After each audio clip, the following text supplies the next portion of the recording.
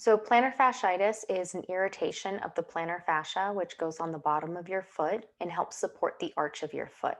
So it can get irritated when you're wearing the wrong shoes or you do too much walking one day, or if you switch the kind of shoes that you're wearing. So some people get irritation when they go from wearing high heels all the time to wearing flat shoes all the time, or vice versa, where the foot just isn't used to now being in a different position. Because in high heels, you're really arched up, and then flat, you're obviously flat. So if you go from one all of the time and then suddenly switch to the other, your feet don't like that.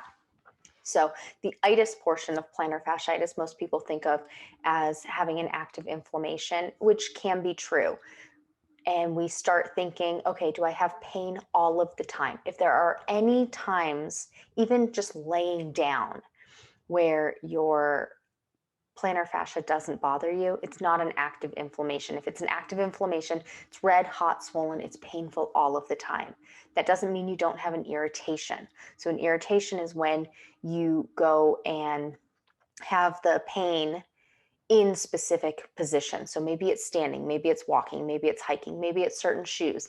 Your plantar fascia and your arch just don't like that particular motion, position, action, or something like that. So when that happens, you can get this micro tearing where you get these little tiny little tears in the fascia, which is a broad, flat piece of tissue in your body. So it's not quite like a muscle. Muscle is more flexible. It's more like a ligament where it goes from bone to bone, but it's broader than that. It's wider than that. So ligaments are just smaller.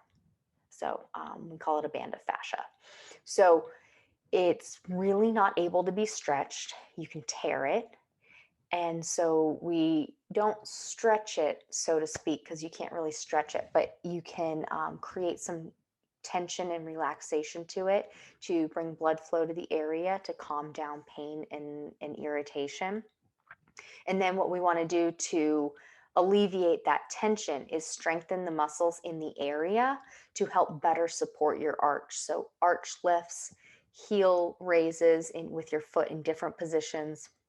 Maybe your toes are on something, or maybe your toes are in or out or forward, to strengthen all of the different areas of your ankle, feet, and toes to help better support your plantar fascia, because your fascia is supposed to support those. So if you're getting too much tension on the fascia, that means the muscles are taking a day off and they really aren't doing the work that they're supposed to be doing.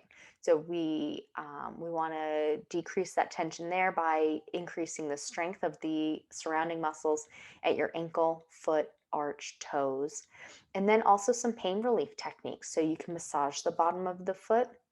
I like putting a tennis ball on the floor and just rolling my foot over it, massaging it, kneading it with your thumbs or with your knuckles. Those are good things. Go get a massage, go get a pedicure and have the person do a massage during the pedicure as well. And then you can also put it in an ice bath if they're really irritated after like a long walk or a long hike or some other kind of exercise where you fill a bucket with water and ice and just put your foot in it for 3 to 5 minutes. It's uncomfortable, but it really calms down pain. So that's kind of a last ditch resort. But the best ways to improve plantar fascia symptoms are to strengthen the muscles surrounding the plantar fascia so it doesn't have to have so much tension and work so hard, because it's supposed to be there to support.